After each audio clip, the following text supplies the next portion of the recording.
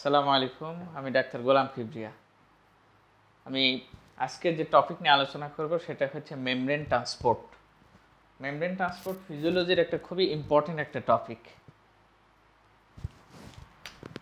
তো আমরা শুরু করি। মেমব্রেন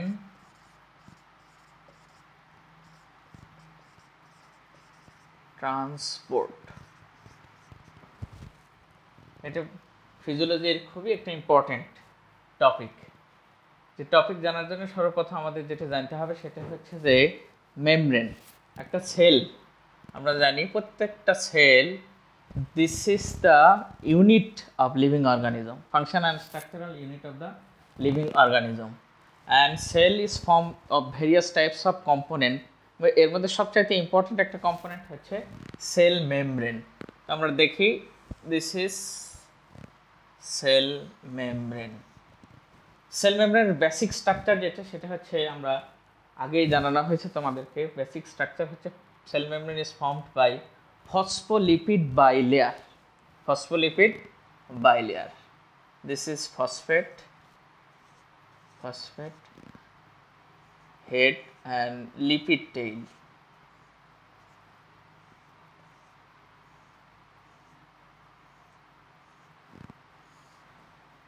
Phospholipid bilayer, phosphate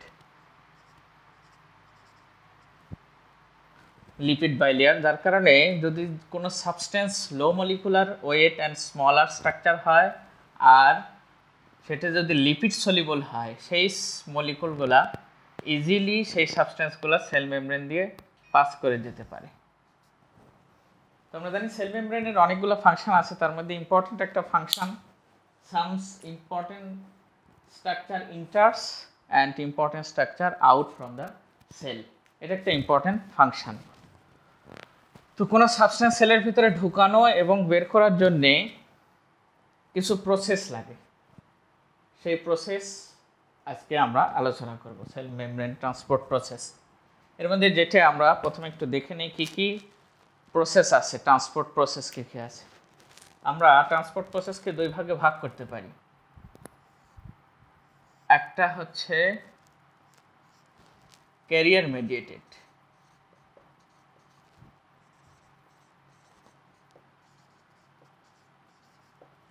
একটা ক্যারিয়ার মেডিয়েটেড আর একটা নন ক্যারিয়ার মেডিয়েটেড।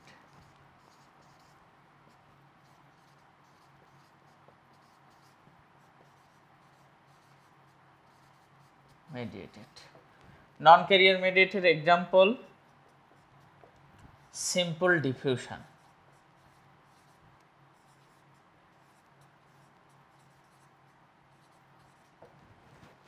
আর ক্যারিয়ার মেডিয়েটের ভিতরে যেটা আছে এক্সাম্পল আমরা একটু দেখি, ফ্যাসিলিটেড ডিফিউশন,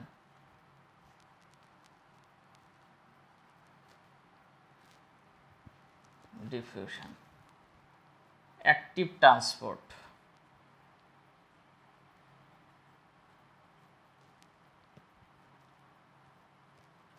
আমরা এগুলো পার্ট বাই পার্ট আলোচনা করব। অ্যাক্টিভ ট্রান্সপোর্টের মধ্যে আছে প্রাইমারি,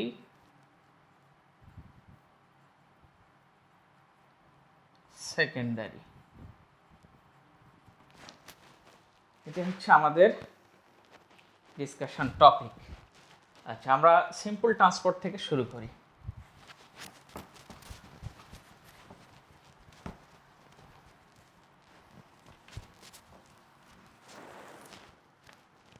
যেটা আলোচনা করবো হচ্ছে সিম্পল ডিফিউশন। এক নম্বর যেটা সেটা হচ্ছে সিম্পল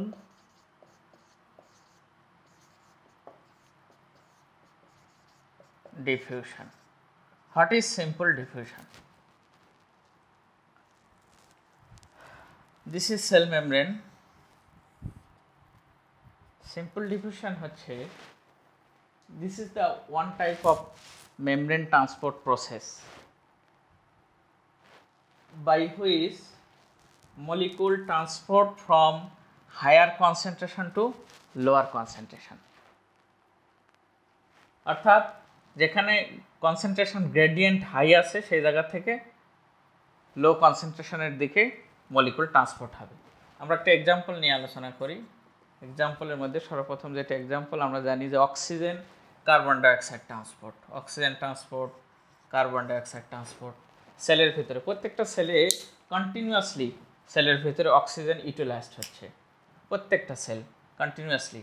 তো সেলের ভিতরে আমরা জানি সেলের ভিতরে পরিবেশ স্ট্রাকচারকে বলা হয় ইন্ট্রাসেলুলার কম্পার্টমেন্ট, ইন্ট্রাসেলুলার কম্পার্টমেন্ট অথবা ফ্লুইড, আর একটা হইতেছে extra cellular compartment.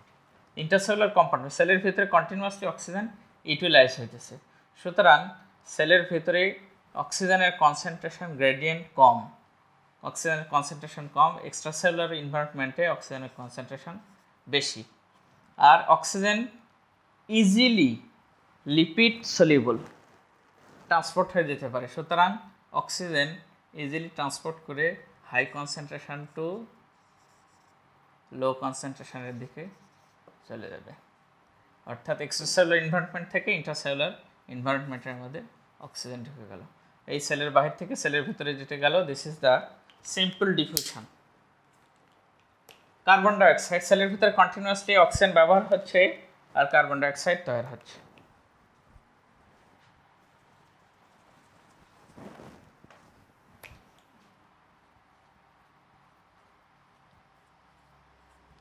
Carbon dioxide সেলের ভিতরে বেশি, কনসেন্ট্রেশন এক্সট্রাসেলুলার এনভায়রনমেন্টে কম, সুতরাং কার্বন ডাইঅক্সাইড সেলের ভিতর থেকে বাইরের দিকে চলে আসবে। এই যে হাই কনসেন্ট্রেশন থেকে লো কনসেন্ট্রেশন এবং হাই কনসেন্ট্রেশন থেকে কার্বন ডাইঅক্সাইড এক্সট্রাসেলুলার এনভায়রনমেন্টে লো কনসেন্ট্রেশনের মধ্যে যে ট্রান্সপোর্ট প্রসেস, যে মেকানিজমের মাধ্যমে ট্রান্সপোর্ট হলো তাকে আমরা বলতেছি simple diffusion. This is the example. This is the most simplest mechanism. তাহলে আমরা দেখলাম যে simple diffusion is the mechanism of process by which substance move from high concentration to low concentration. Example কি oxygen transport, carbon dioxide transport. এরপরে আমরা যে second mechanism আসি সেটা হচ্ছে facilitated diffusion.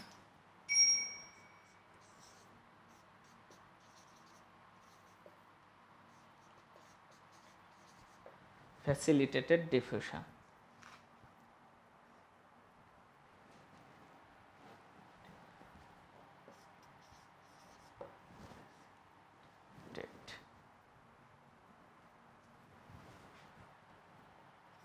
Facilitated diffusion. একটা এক্সাম্পল নিয়ে আলোচনা করি তাহলে বুঝতে সুবিধা হবে। ফ্যাসিলিটেটেড ডিফিউশনের example glucose transport.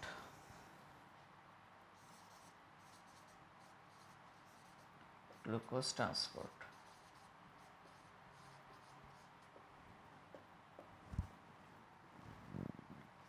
Calcium ion channel,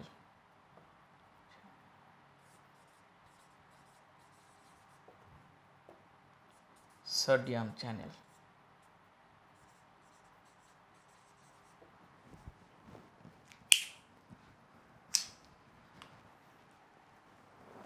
sodium channel. আচ্ছা,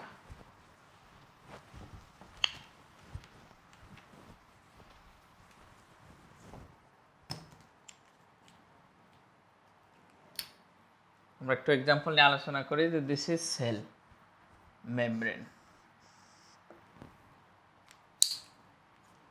তোমরা নাম শুনে থাকবে insulin,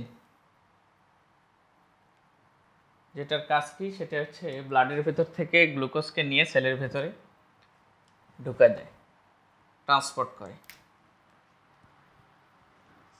extra cellular glucose. Intracellular continuously সেলের ভিতরে গ্লুকোজ ইউটিলাইজ হইতেছে, ব্যবহার হইতেছে।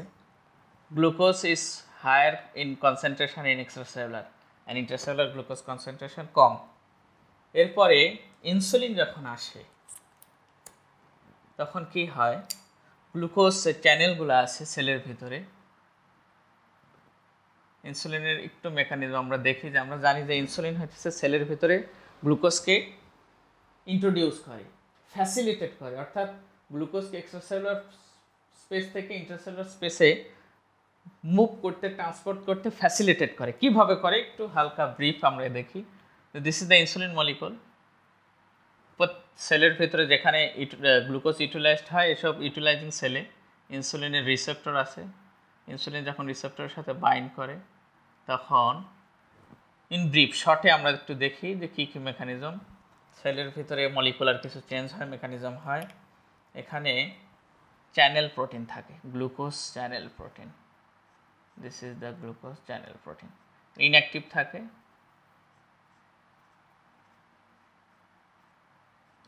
এটাকে সেল মেমব্রেনের সাথে অ্যাটাচড করে। This is the channel protein for glucose transport.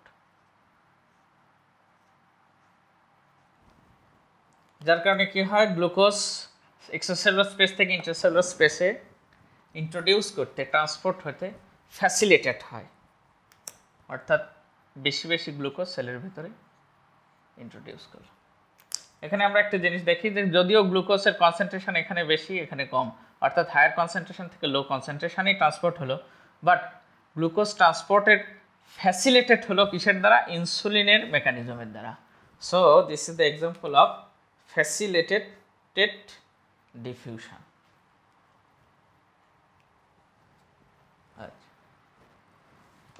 আমরা আরেকটা এক্সাম্পল দেখি, সোডিয়াম চ্যানেল।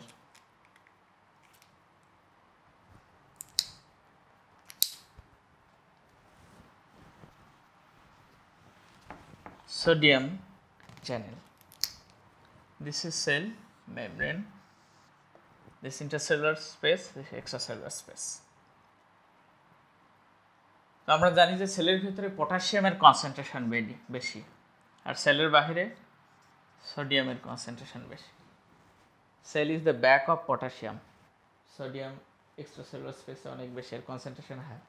তো হাই কনসেন্ট্রেশন থেকে লো কনসেন্ট্রেশন সেলের ভিতরে সোডিয়াম, অনেকগুলো প্রসেস আছে সেলের ভিতরে ঢোকার।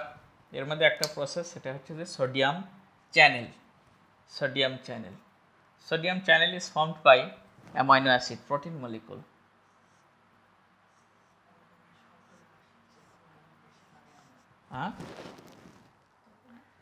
Sodium channel is the peptide.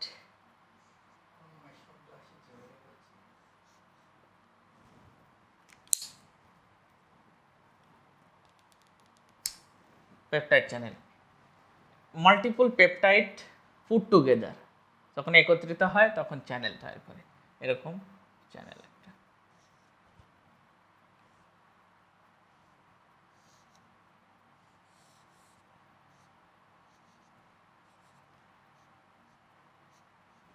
আমরা দেখতে পাচ্ছি সোডিয়াম এবং calcium, this is ionised form.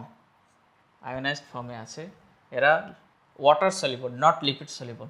So easily cell মেমব্রেনকে ক্রস করতে পারে না, এদের ট্রান্সপোর্ট হওয়ার জন্য চ্যানেলের দরকার।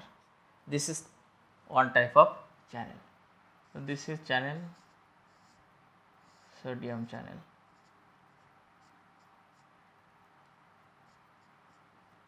সোডিয়াম এক্সট্রাসেলুলার থেকে ইন্টারসেলুলার স্পেসে ইন্ট্রোডিউস করলো, lot of sodium transport. This is an example of facilitated diffusion because sodium is transported from higher concentration to lower concentration, but this movement from higher concentration to low concentration is facilitated by channel protein. So this is called facilitated diffusion.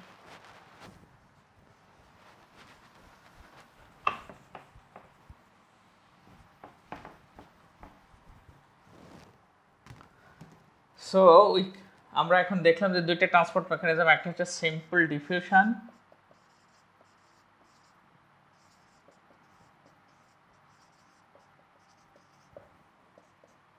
একটা হচ্ছে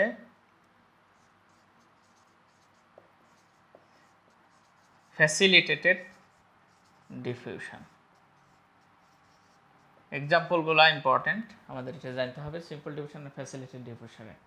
simple diffusion আর facilitated ডিফিউশনের মধ্যে basic যেটি different সেটা হচ্ছে simple ডিফিউশনে কোনো career protein বা channel প্রোটিনের দরকার হয় না, বাট ফ্যাসিলিটেটেড ডিফিউশনের ক্ষেত্রে চ্যানেল প্রোটিন শুধু প্রয়োজন হলো।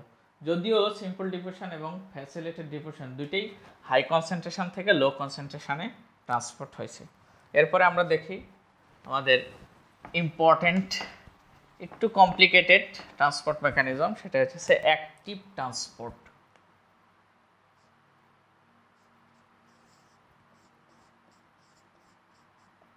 Active transport. আচ্ছা, এক্সাম্পল দিয়ে আমরা শুরু করি। This is cell membrane. আমরা জানি আমাদের শরীরে যত সেল আছে প্রত্যেকটা সেল মেমব্রেনে সোডিয়াম পটাশিয়াম পাম্প আছে। আমরা একটু দেখি সোডিয়াম পটাশিয়াম পাম্পের বেসিক স্ট্রাকচারটা কেমন। This is pump protein.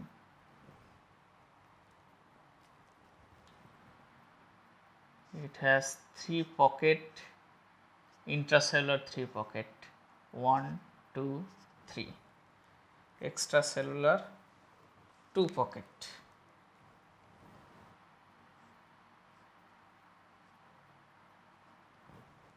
Extracellular pocket is for potassium. Potassium molecule, potassium molecule.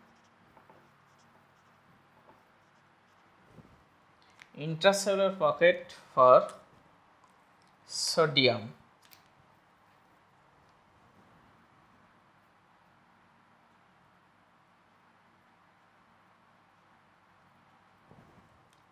Another pocket is present here.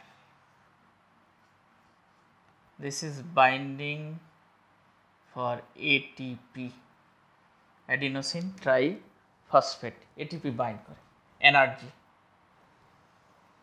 যখন this is configuration of sodium potassium pump or sodium potassium ATPases, this type of transport mechanism present in all cell. যখন ATP এর সাথে bind করে এটা degraded হয়, ভেঙে যায় তরে করে ADP প্লাস ইনঅর্গানিক ফসফেট। যখন ATP ভেঙে ADP প্লাস ইনঅর্গানিক ফসফেট তৈরি করে তখন এনার্জি রিলিজ হয়। আর এই এনার্জি রিলিজ হওয়ার কারণে এই স্ট্রাকচারটা ফ্লিপ করে, ঘুরিয়ে ওঠে, অর্থাৎ ভিতরের এই স্ট্রাকচার, এই মলিকুলটা বাইরে আসে, বাইরের মলিকুলার স্ট্রাকচার ডোমেইনটা ভিতরে ঢুকে তখন দেখতে কেমন হয় এটা?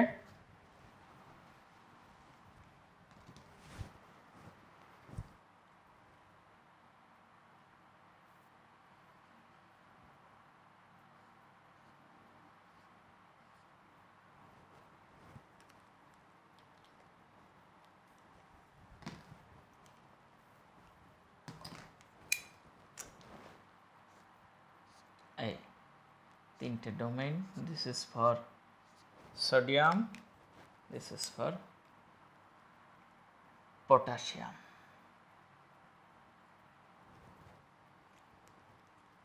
3 sodium,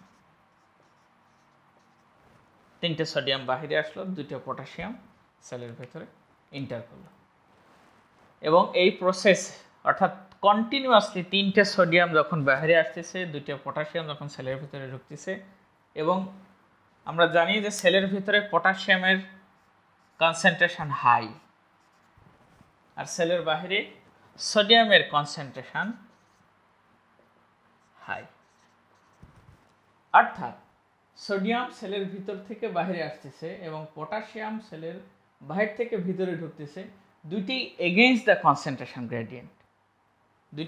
দুটি মলিকুলই, দুটো স্ট্রাকচারই, দুটো সাবস্টেন্সই যখন মুভ করতেছে, সেলের ভিতরে একটা আসতেছে, সেলের বাইরে একটা যাইতেছে, both are move against the concentration gradient. এবং এখানে আরেকটা জিনিস দেখতে হবে, সেটা হচ্ছে ডাইরেক্টলি এখানে এটিপি অর্থাৎ এনার্জি ইউজ হইতেছে। ডাইরেক্টলি এনার্জি ইউজড হওয়ার কারণে কি হইতেছে, against the concentration gradient some structure externally আসলো, সাম মলিকুল ইন্টারনাল চলে গেল। This is the example of active transport process. অর্থাৎ অ্যাক্টিভ ট্রান্সপোর্ট প্রসেস কাকে বলে? This is the membrane transport process where energy is utilized and substance transported from low concentration to higher concentration, and carrier mediated, carrier also needed. This is an example of active transport mechanism. Sodium potassium ATPases or sodium potassium pump, special type of protein also. আরও example আছে, আমরা এক্সাম্পলগুলো একটু করে ফেলে দিই। Hydrogen potassium pump, parietal cell of স্টমাকে থাকে। Sodium calcium exchanger.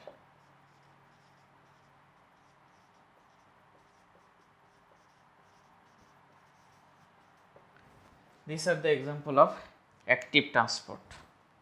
আচ্ছা, অ্যাক্টিভ ট্রান্সপোর্টের আমরা দেখলাম যে এর আগের যে এক্সাম্পলটাতে দেওয়া হলো সোডিয়াম পটাশিয়াম পাম্প, যেখানে এটিপি অর্থাৎ এনার্জি ডাইরেক্টলি ইউজড হয়েছে, সুতরাং আমরা একে বলতে পারি সোডিয়াম পটাশিয়াম পাম্প, যেখানে ডাইরেক্টলি এনার্জি ব্যবহার করার কারণে আমরা একে বলতেছি প্রাইমারি অ্যাক্টিভ ট্রান্সপোর্ট। তাহলে আমরা যে এক্সাম্পলগুলো দিলাম এগুলো হচ্ছে প্রাইমারি অ্যাক্টিভ ট্রান্সপোর্ট। তাহলে অ্যাক্টিভ ট্রান্সপোর্টকে আমরা দুই ভাগে ভাগ করতেছি। দিস ইজ, এখন যেটা ডিসকাশন করা হলো সেটা হচ্ছে primary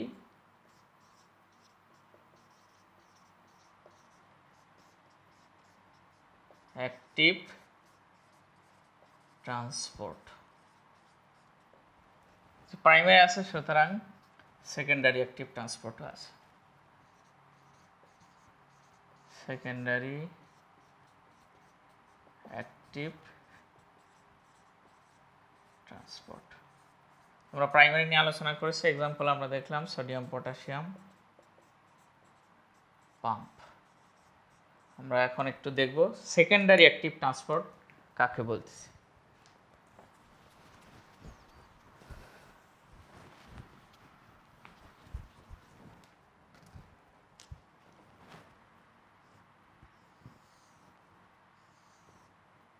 This is GIT cell. Lot of glucose come. Glucose enter into the cell. সেলের ভিতরে যখন গ্লুকোজ বাড়তে থাকে তা এরপরেও ইন্টেস্টিন থেকে গ্লুকোজকে ছাক করে ইন্টেস্টিনাল সেলের ভিতরে, ইন্টেস্টাইনাল ডোমেন থেকে সেলের ভিতরে ঢুকাতে হয়। এখানে যে প্রসেসটা আছে সেখানে অ্যাক্টিভ ট্রান্সপোর্ট আমরা দেখব যে সেলের ভিতরে কনসেন্ট্রেশন অফ গ্লুকোজ হাই, লুমেনের ভিতরে কনসেন্ট্রেশন লো থাকা সত্ত্বেও আমরা গ্লুকোজকে সেলের ভিতরে একটা প্রসেসের মাধ্যমে আমরা ইন্ট্রোডিউস করতে পারি, দেখব সেটা। আচ্ছা, এই সেলের প্রত্যেকটা সেলেরই দুইটা পার্ট থাকে সেল মেমব্রেনের। আমরা দেখতেছি যে this is the luminal membrane বা লুমিনাল পার্ট, আর this is the basal part, basolateral part. তো আমরা এই সেলটাকে একটু বড় করে ড্র করি, বুঝতে সুবিধা হবে।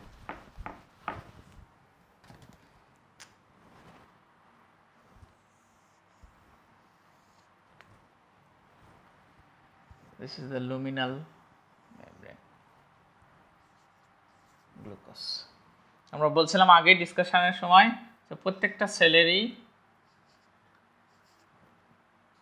সেলেই সোডিয়াম পটাশিয়াম পাম্প কাজ করে।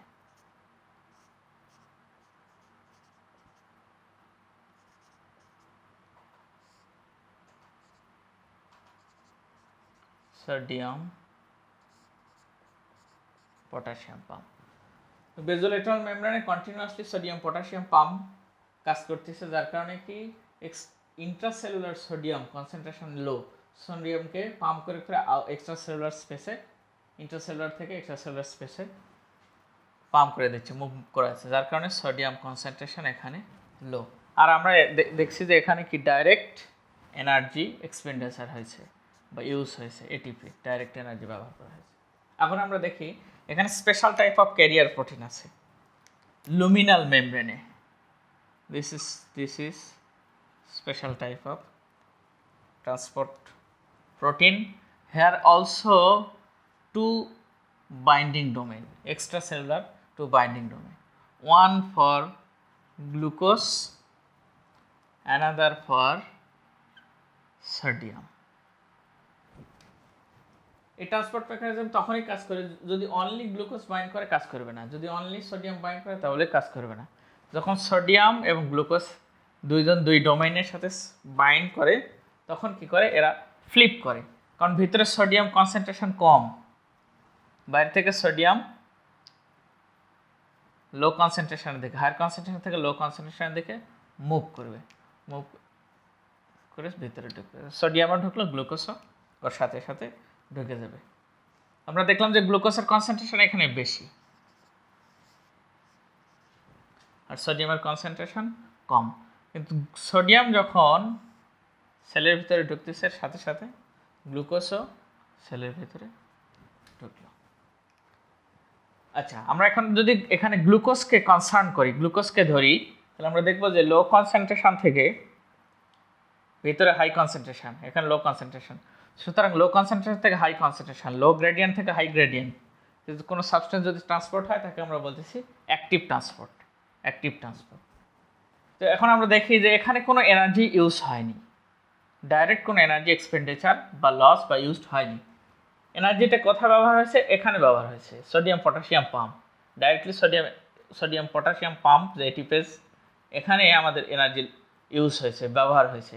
এখানকার এনার্জির কারণে এখানে কন্টিনিউয়াসলি সেলের ভিতরে সোডিয়ামের কনসেন্ট্রেশন কম, এবং এই কম থাকার কারণে হাই কনসেন্ট্রেশন থেকে সোডিয়াম ইজিলি লো কনসেন্ট্রেশনে মুভ করছে, আর এর সাথে সাথে এখানকার এনার্জি এক্সপেন্ডিচারকেই হওয়ার কারণে গ্লুকোজ ইজিলি লুমেন থেকে সেলের ভিতরে ঢুকছে, যদিও ভিতরে কনসেন্ট্রেশন হাই।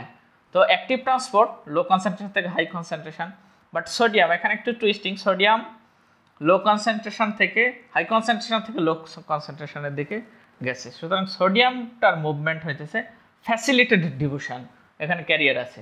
বাট গ্লুকোজ যদি আমরা কনসার্ন করি বা চিন্তা করি তাহলে দেখব যে গ্লুকোজের মুভমেন্টটা এই লুমিনাল মেমব্রেনে লো কনসেন্ট্রেশন থেকে হাই কনসেন্ট্রেশন দিকে, but this is the active transport. Sodium is facilitated diffusion transported, but glucose আমরা যদি একটা একটা করে ধরি তাহলে আমরা তাকে বলছি glucose is active transport, sodium is facilitated diffusion. So আমরা এখানে দেখলাম যে এখানে আরেকটা জিনিস, ডাইরেক্টলি এনার্জি এখানে এক্সপেন্ডিচার হয়নি, ইনডাইরেক্টলি এখানে এনার্জি এক্সপেন্ডিচার হওয়ার কারণে এই মুভমেন্টটা গ্লুকোজের ঘটছে, সুতরাং আমরা একে বলতেছি সেকেন্ডারি অ্যাক্টিভ ট্রান্সপোর্ট। তো সেকেন্ডারি অ্যাক্টিভ ট্রান্সপোর্ট আরেকটা জিনিস আমরা দেখি যে আরেকটা প্রোটিন এক্সাম্পল যদি আমরা দিই, প্রোটিন এখানে থাকলো, সেই প্রোটিনের দুইটা ডোমেইন, একটা ডোমেইন এক্সট্রাসেলুলার আর একটা domain intracellular. Hydrogen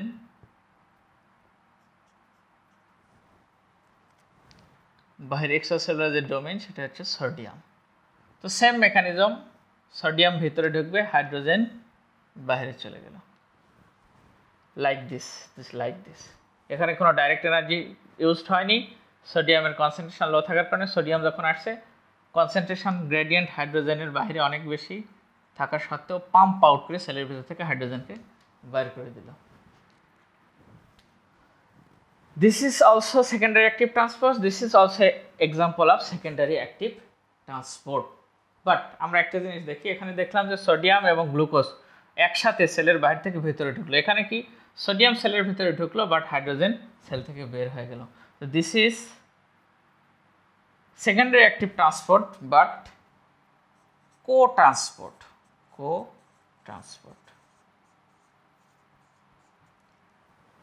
This is also secondary active transport but counter transport.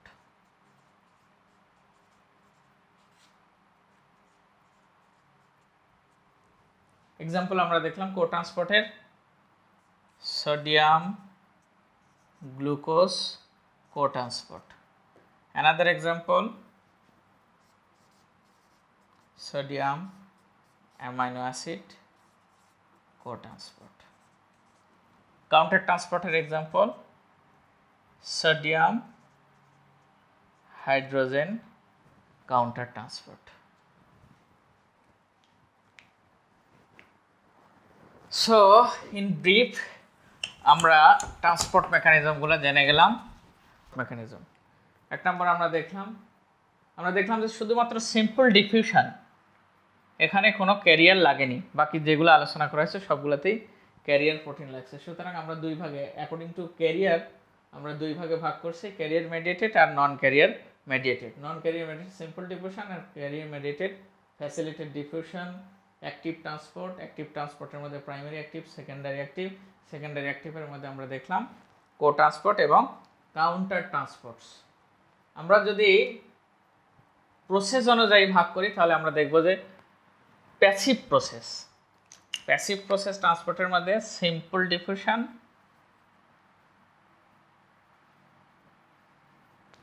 Passive transport বা প্যাসিভ প্রসেস, যেখানে কোনো এনার্জি ডাইরেক্টলি ইউজ হয় না, এর মধ্যে সিম্পল অ্যান্ড ফ্যাসিলিটেটেড ডিফিউশন।